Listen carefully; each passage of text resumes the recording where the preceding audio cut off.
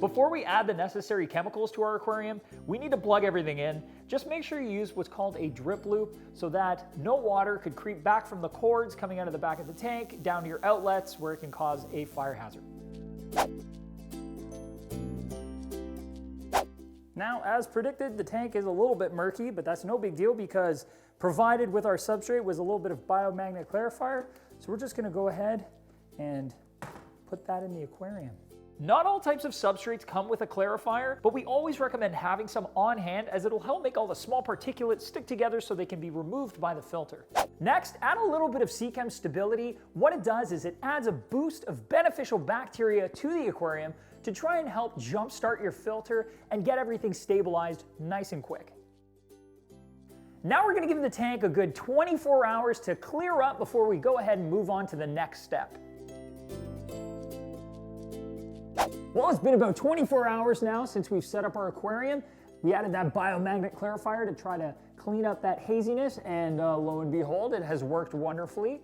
Now it is time to give the tank 2 to 3 weeks to cycle. Now that we have the filter set up, the heater, and got that live rock in there, giving the tank a chance to mature a little bit before we add fish is the best idea. That way the fish have the least risk possible and the greatest chance for success.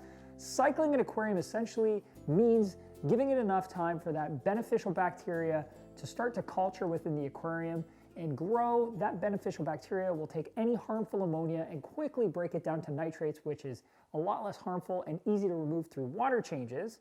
So we're gonna let that 2 weeks to 3 weeks start right now, and we'll be back, which for you is gonna be snapping the fingers, really.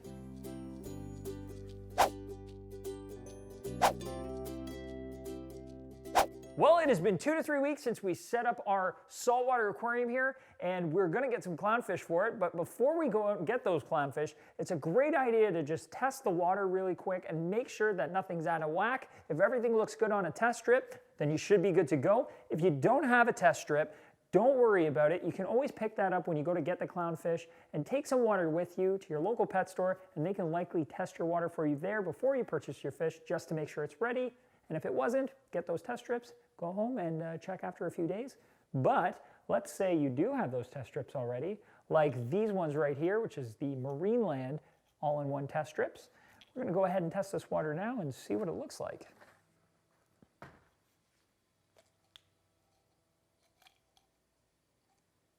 Not all test strips are gonna be good for both fresh and salt water, so just make sure the test strips you do pick up or test kit is capable of testing saltwater accurately.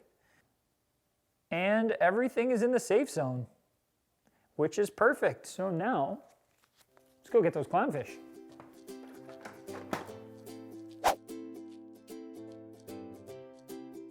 Well, guess what? We're back with clownfish, and we want to make sure that these cuties get into the aquarium as comfortably as possible for them. It's a long trip from the store through a bag and into your tank, and making sure that transition is as easy on them as possible will ensure their success in your aquarium. And you're gonna need a few things to do that, so let me show you what those things are. We'll just put these little guys down in the front here for a moment. First off, I like to use an aquarium safe container. A lot of the time I will just use something like a critter keeper or a small plastic tank that you can pick up from your local aquarium shop. I won't necessarily release the fish into this tank, but it will help keep the bag propped up, and if any spillage does happen, at least I know this tank has never seen any kind of soap. The other thing you're going to want to use is a set of measuring cups. The reason I have a set of measuring cups for the aquarium is because I want to transfer water sometimes from a small container to the tank, vice versa, or even measure out salt. You don't want to use something that you've had in your kitchen for a while that could have seen soap, so buy a set just for your tank. Then you will want a fish net. You're going to need this to transfer them from the container or the bag to the aquarium. And if you want to get real fancy about it, you can actually make something called a drip line, and I'll show you a little bit more on this later. But basically, this will help you slowly acclimate them by dripping the water into the bag instead of dumping it in with a little cup. Ready? Let's do it.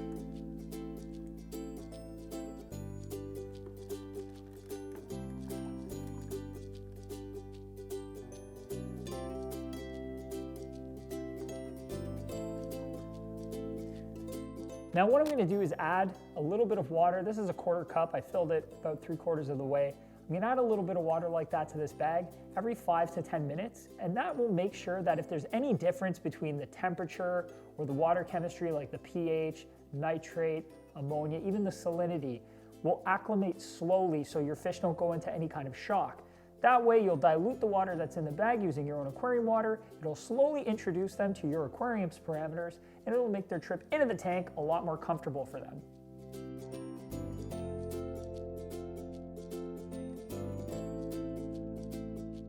Now, if going back and forth seems a little bit tedious, I'll show you how the drip line works. The drip line has the added benefit of being a very slow and constant drip. So it works really well if you're going to go with a more sensitive species of fish, or even with invertebrates like shrimp or snails and crabs.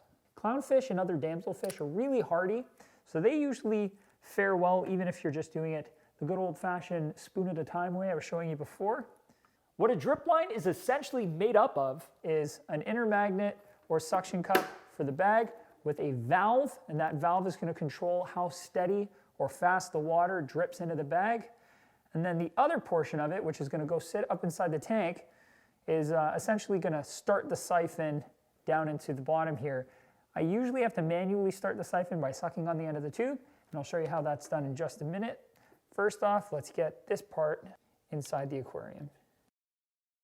For this one, I use magnets. They're a little bit more expensive than suction cups, but they keep the line nice and sturdy and make sure it doesn't go anywhere. And they're also really useful for keeping the bag upright inside of the container. So first I'm going to open the valve all the way so that I can get the water flowing. Now that the water's flowing, I'm just going to slowly close the valve until I get a nice steady drip, just like this. What I'll do is I'll leave it here and come check on it every so often, every 5 to 10 minutes, until the bag is pretty much full of water. Looks like they've got quite a bit of water in there now. And that slow acclimation should work really well. Just move it over to the other side here. Take the magnet off the tank. Now, the clownfish are ready to go into the aquarium, which is why we need our aquarium net. I prefer to use a fine net. I find that the fine nets over coarse nets are a little bit easier on the fish's body and slime coat, especially when you're dealing with fish that are scaleless or have very small scales. Look at them go, they're so happy, I can tell, they're smiling. And that's how you set up a small saltwater aquarium for clownfish or other small reef species such as damsels, gobies, blennies. Just avoid any larger fish like tangs, angelfish, or butterflies that are going to require a lot more swimming space. Definitely not appropriate for them. However, if you'd like to make this appropriate for corals or anemones, with a few add-ons you can bring it up to reef spec. Things like a protein skimmer and reef spec lighting like high output T5 or LED reef lighting would be perfect to make sure that this environment can definitely take you through your entire reefing career until you're ready to upgrade to a bigger tank. To learn how to properly take care of and maintain your saltwater aquarium, check out our other videos. We walk you through it step by step and show you how to do things like feed your fish and do water changes. Thanks so much for watching, and keep on tanking.